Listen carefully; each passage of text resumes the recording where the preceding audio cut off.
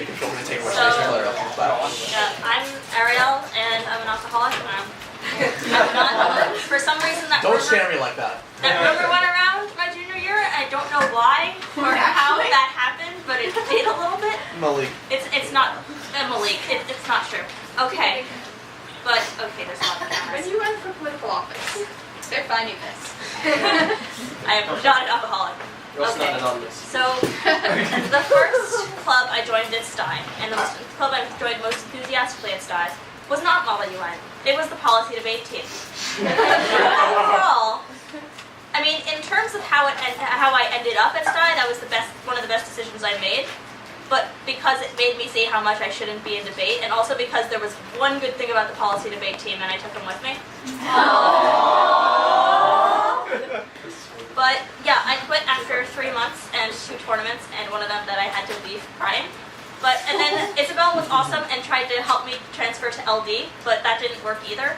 It just wasn't for me. So my sophomore year, I joined Model UN, and I walked into the room, and as soon as I was in my first meeting of the team, I realized that this is where I belong, because everyone, first of all, just seemed so nice and not judgmental, and nobody was judging me for the fact that I knew nothing. And everyone was having a good time, and everyone was excited, and it wasn't bitter, it wasn't toxic, it was amazing. So I went to my first conference, which was SciMonk, and it was SciMonk. It wasn't really too legitimate, and I didn't really do very well because I didn't know what I was doing. But I still realized that I could enjoy this. And my first real conference was NAMUN, which I guess isn't a good first real conference, considering it's a bit soul-crushing. But I mean, a lot of the people I'm friends with now on the team, I was friends with when I came, and they all kind of trickled into Model UN. We had my sophomore year, just a bunch of us just trickled in over the year. But I did make some really close friends like AJ through the team who I wouldn't have met otherwise. And a lot of the underclassmen I would never have talked to otherwise, just because I don't usually interact with people I don't have to interact with. But I'm so glad I met you guys. I guess one story I really have to tell is from my sophomore year of WAMONK. It's the story of how Model UN actually gave me some faith in humanity. I think the topic was cybersecurity and cyber terrorism. I don't remember exactly what committee it was, but I know that it was Dissect. Hannah was in this committee with me. So were Nina and Sophia, but I don't know where they are right now. And I think a bunch of the seniors our year were in that committee just to goof off together, which on its own was really fun, just because they were Madagascar and Malawi and just trolling everyone and winning outstanding delegate anyway. Sam and Chester, they were amazing. So on Saturday, this kid who is Bosnia, who was trying really hard to be a power delegate, realizes suddenly that everyone has written a resolution except him. Now, most delegates who have some integrity at this point would either try to clomp onto someone else's resolution, start a fledgling resolution, or just accept that they're not winning anything this conference. This guy didn't have integrity. He decided he was going to take the best points of everyone's resolution and merge it into one super resolution. Super happy resolution. So he basically steals everyone's points and creates a super resolution and claims everyone who was a signatory on any resolution a signatory on this resolution, with himself as a primary sponsor. Obviously, anyone who sponsored a resolution, such as myself, was not happy about this, because not only had our points been stolen and not attributed to us, but they were conflicting with every other point in the resolution. What he thought were the best points were often very contradictory, including points from the Iceman resolution, which is what our trolling seniors did, which was basically rewarding cyber terrorists with jobs. Yeah. So we all realize at some point that this looks like it's going to pass, because people think, oh, I'm a signatory on this, I should vote for it. All the people who didn't really have any experience whatsoever would vote for it, thinking it sounded good on paper, and this guy would win best delegate. Until, at the last moment of voting, one kid in the back stands up and says, I did not agree to be a signatory on this resolution, please remove my name. His name is stricken. Another kid stands up, I did not agree to be a signatory on this resolution, please remove my name. Stricken. This happens several times, and a resolution that had about 100 signatures, something like that, ended up with 3. Keep in mind that the 20% rule still applied here. He didn't even get to present it formally. Yeah. So what I realized then is that, we were all scared of the group mentality, but the group mentality can be changed. One person in the back who's got a little bit of courage and a little bit of intelligence can stand up and really make a difference and sway everyone to doing the right thing. In this case, not letting this jerkhole delegate. So yeah, that's my committee story.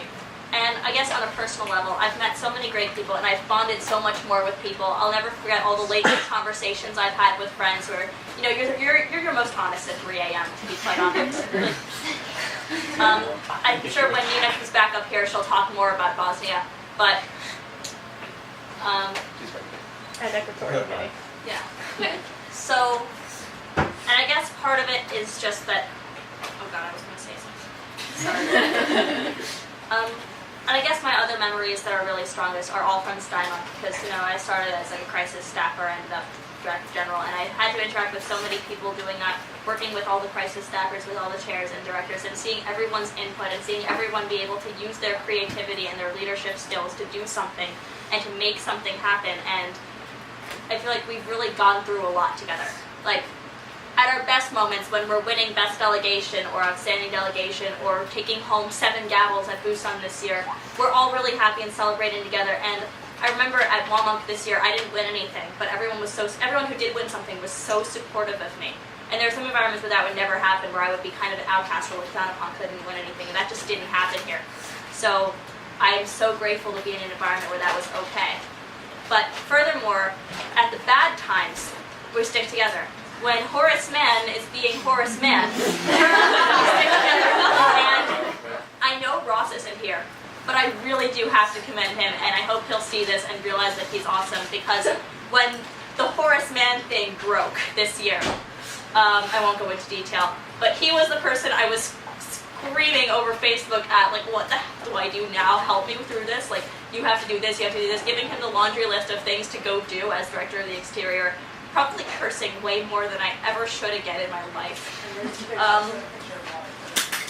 But I realized that I can rely on you guys to do things like that, and you guys can rely on other people and hopefully me to do things like that. And through the hard times, we stick together and make those into the good times. And I think that's really valuable. And I look at all you underclassmen, and I'm going to use a really cheesy analogy that probably is biologically inaccurate. So I apologize to any bio kids for this in advance. But when you guys all came here, you know, as freshmen or sophomores or however you came, you know, you were kind of like stem cells. Like, we knew you would grow into specific things. We knew you would. It's just to the untrained eye, we couldn't tell what you would grow into. So some of you, you know, turned into like the heart of the club, and you kept things pumping, and you keep things moving, and you keep things awesome. And some of you turned into the kidneys, where you just, like, you know, filter out all the bad stuff.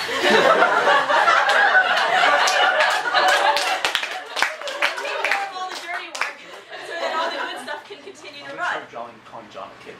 That's me. And those people don't get appreciated too much, but they really deserve commendation because there's a lot of crap that needs to be filtered through. I guess those are the quotes. Oh my God. I'm done with the bio now. I'm really bad at this. But, and I feel like a lot of you underclassmen, you're my friends. It's not like a mentor-mentee relationship, although I hope that I've been able to teach you guys something. I've learned from you all, but I've become friends with some of you. I mean, being SAS masters with Sanam at Wama. They can take our lives, they can take our freedom, but they cannot take our SAS, and they did not take our SAS.